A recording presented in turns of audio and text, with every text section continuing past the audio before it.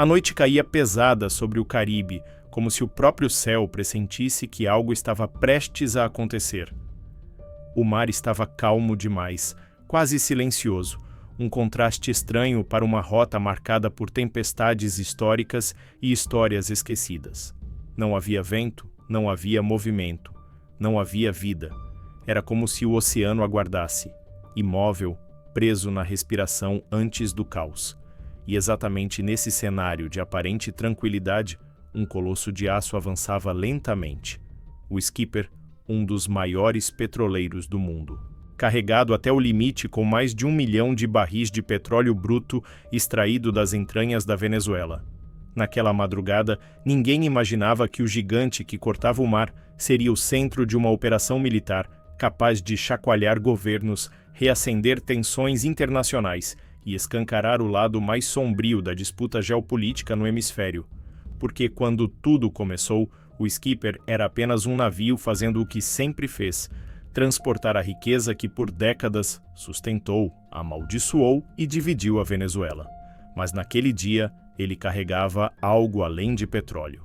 Ele carregava tensão, segredos, rastros de rotas proibidas, negociações obscuras, acusações sem provas e provas sem explicações. Era uma bomba flutuante e ninguém sabia ao certo quando ela explodiria. Às 13h47 da madrugada, o primeiro ruído que quebrou o silêncio não veio do navio, mas do céu. O zumbido distante de hélices começava a crescer como um enxame de insetos metálicos aproximando-se de uma presa. O comandante do Skipper correu para o convés quando os alarmes internos começaram a piscar. Algo se aproximava sem identificação, sem pedido de contato, sem autorização. E segundos depois, o mundo inteiro mudaria. 2 helicópteros militares romperam a escuridão, iluminados apenas pela fraca luz da lua refletindo no casco do navio. Eles se posicionaram acima do Skipper como predadores que já conheciam o desfecho da caça. Não houve aviso, não houve diálogo, não houve diplomacia, houve apenas a precisão fria de uma operação planejada ao milímetro. Cordas desceram velozmente.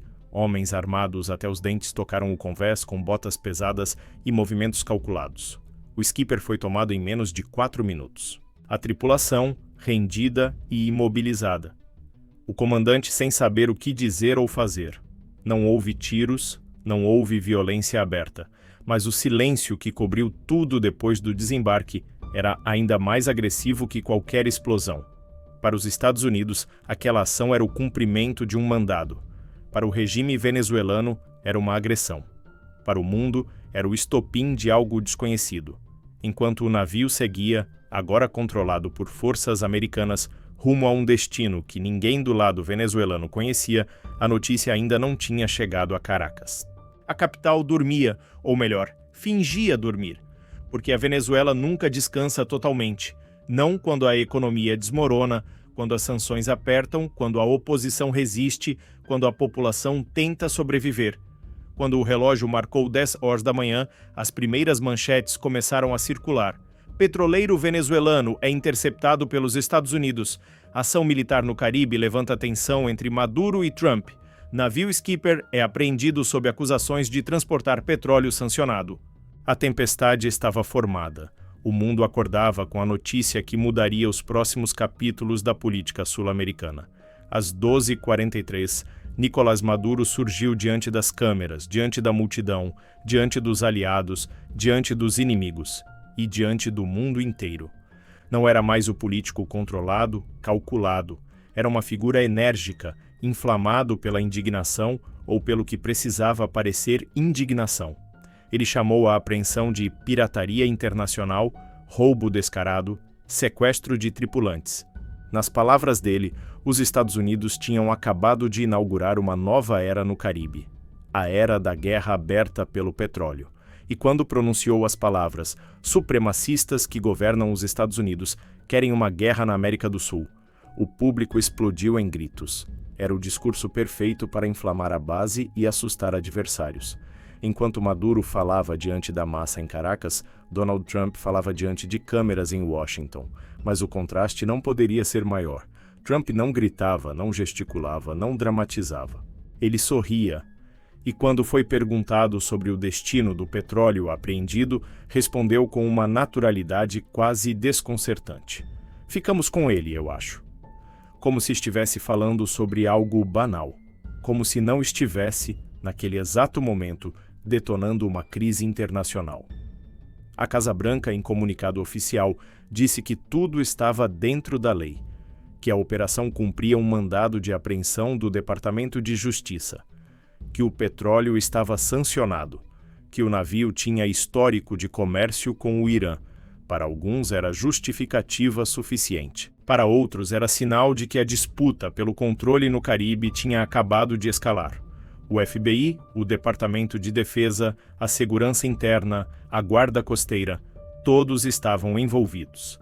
Havia vídeos publicados pela Procuradora-Geral Pam Bondi, mostrando as tropas descendo nos helicópteros. 45 segundos que viralizaram no X, no Instagram, no WhatsApp.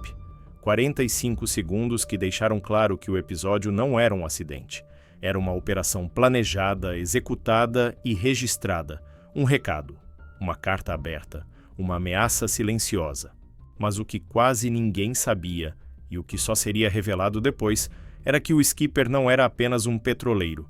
Ele era uma peça-chave em uma rota de exportação sigilosa usada para driblar sanções, abastecer economias distantes e financiar alianças que se fortaleciam no subterrâneo da geopolítica mundial. O skipper já havia operado com um nome diferente, Adiza, e quando carregava esse nome, estava ligado ao transporte de petróleo iraniano. Isso explicava para Washington a justificativa perfeita para a apreensão.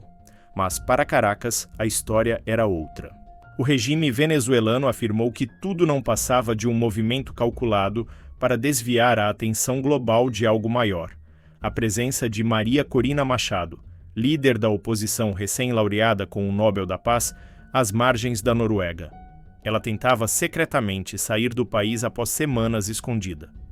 Segundo informações que vazaram nos dias seguintes, ela teria cruzado o Caribe num pequeno barco, tentando chegar à ilha de Curaçao antes de embarcar para Oslo.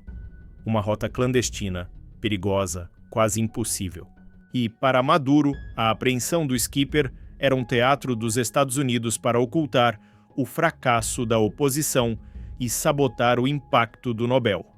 Mas, longe das câmeras, diplomatas, militares e analistas sabiam que aquilo era apenas parte da verdade. A real disputa estava embaixo da superfície. O petróleo pesado da Venezuela sempre foi o coração econômico do regime. E interceptar um navio daquele porte significava, na prática, interceptar a própria sustentação financeira do governo. Significava sufocar. Significava empurrar. Significava provocação. E as provocações nunca terminam onde começam. Autoridades americanas admitiram, em entrevistas reservadas, que outros petroleiros também estavam sendo monitorados. Assim que saírem das águas territoriais, serão interceptados, disseram. Era uma ameaça direta, uma promessa, uma linha que, se cruzada, mudaria tudo. Enquanto isso, na Venezuela, o medo começava a se espalhar. Nas ruas, o povo discutia o caso em voz baixa. Nas empresas, diretores tentavam prever o impacto. Nos bastidores, generais conversavam sobre possíveis respostas. E, em alguns gabinetes, ministros tentavam calcular quanto tempo a economia resistiria se os navios fossem bloqueados um a um. Do outro lado do mundo, a Rússia reagia. Lavrov exigia explicações, pedia respeito, cobrava transparência. A China observava em silêncio. E quando a China observa em silêncio, o mundo escuta em silêncio. A Colômbia inesperadamente abriu portas. Se Maduro quisesse deixar o poder, poderia pedir asilo. Era uma frase simples, mas carregada de possibilidades. Possibilidades que o próprio regime precisava fingir que não existiam. Enquanto o skipper avançava em direção ao norte, sob escolta americana, o Caribe ficava para trás.